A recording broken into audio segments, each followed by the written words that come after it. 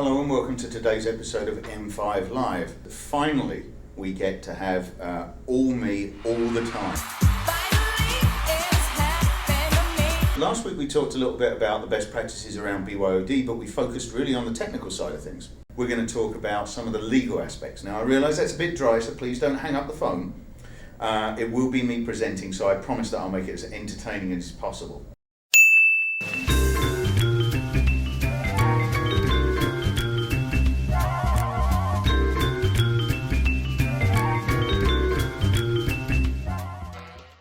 The first one is basically, does the organisation have a contractual obligation to provide a machine? As techies, we like to think of a democratic model of BYOD, and everybody comes rushing out of their cubes with their laptops saying, me next. Oh, pick me! Oh, I know, me! But in reality, users are kind of scaredy cats. They're a bit reticent. This is how it works today. I don't want to change.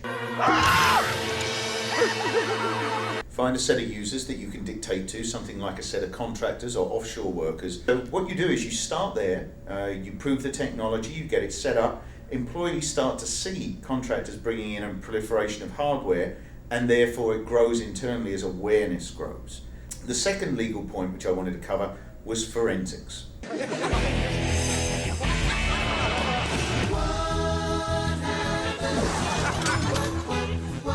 With forensics, the CISO has a lovely setup today.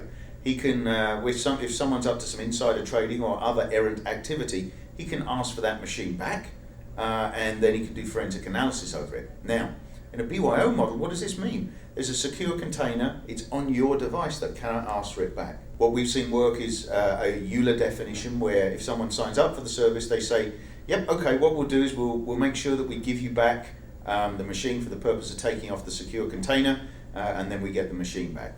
And the last point that I want to make is around support. In a BYOD model, you're shifting some of that support cost, the hardware support cost, plus of course you've got proliferation of devices, which can mean a huge OPEX if you have to support everything. Technically what you're going to do is redefine support so that you are going to the boundary of the container and no further. Okay. Do not touch this. This is a no touching zone. Good. Well then, Oh my God! I can't believe you reached across like that again. I can't even believe it. Now that works fine until you have a partner at a law firm standing over you, breathing down, saying, I don't care where the problem is, make it bloody well work. The way that we've seen that offset is by using a loaner, which can be handed out to high-profile individuals. It's pre-prepared and ready to go with a container, and they're up and ready, and then you can say, go away, get your machine fixed, you've got 7 to 10 days, then come back. So, not particularly sexy today, apart from the fact that, of course, I'm the one giving the presentation. But outside of that, those are 3 very important best practices to remember around BYOD and legal.